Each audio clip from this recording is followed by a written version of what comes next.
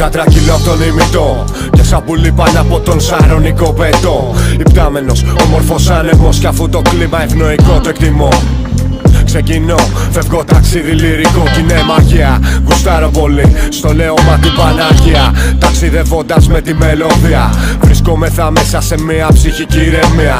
Έτσι γεννιέται ακόμα μια νέα τάση για δημιουργία. Αυτό είναι ελευθερία. Στην αγκαλιά του ουρανού ή στην κορυφή κάποιου βουνού νιώθω κάπως να παίρνω ανάσα. Σαν βασιλιάς των λιονταριών, λες κι είμαι ο γιος του Μουφάσα. Χαθήκαμε σε hi-hats και snares, kicks, ηλεκτρικές και πάσα. Δεν είναι του πρίγκιπα τα blues αλλά του Τζέι Μπαγκάσα. Κι εγώ μια του Λίμπερο πάσα. Μάθε πρώτα να ακούς πριν κάτι πεις και πριν καταπιείς και άλλα μάσα.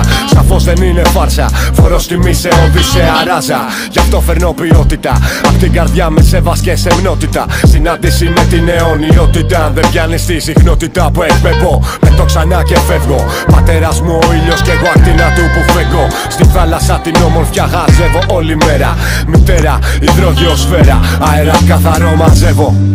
Και συνεχίζω, ταξίδι για όσα ελπίζω, ισόβιο. Αφού μητέρα μου έχω την υδρόγειο. Όσο μυρίζω αποργισμένη θάλασσα ιόδιο, πως παίρνω κάθε πόδιο, στάσιμος πια δεμένο. Σπάω τις αλυσίδες και από το κελί μου βγαίνω. Αυτό είναι πλέον δικό σου, γι' αυτό με το ρυθμό σου στίχο δικό μου θένω. Γιατί να περιμένω, μου κελί κάποιος θα δώσει τη λύση. Θα το ποτίζω εγώ γιατί δεν πρόκειται να ανθίσει. Με την Ανατολή κάθε πρωί να το έχω έτοιμο τη Δύση. Για τη στιγμή σαν πατηγείο που και να σε οδεί, μέχρι Πανσελινός του Ιουνίου να σβήσει. Γι' αυτό ανασένω, γι' αυτό ζω και πεθαίνω. Αυτό είναι η ζωή μου, το σπίτι μου, η αυλή μου. Δουλειάζω στο βυθό μου,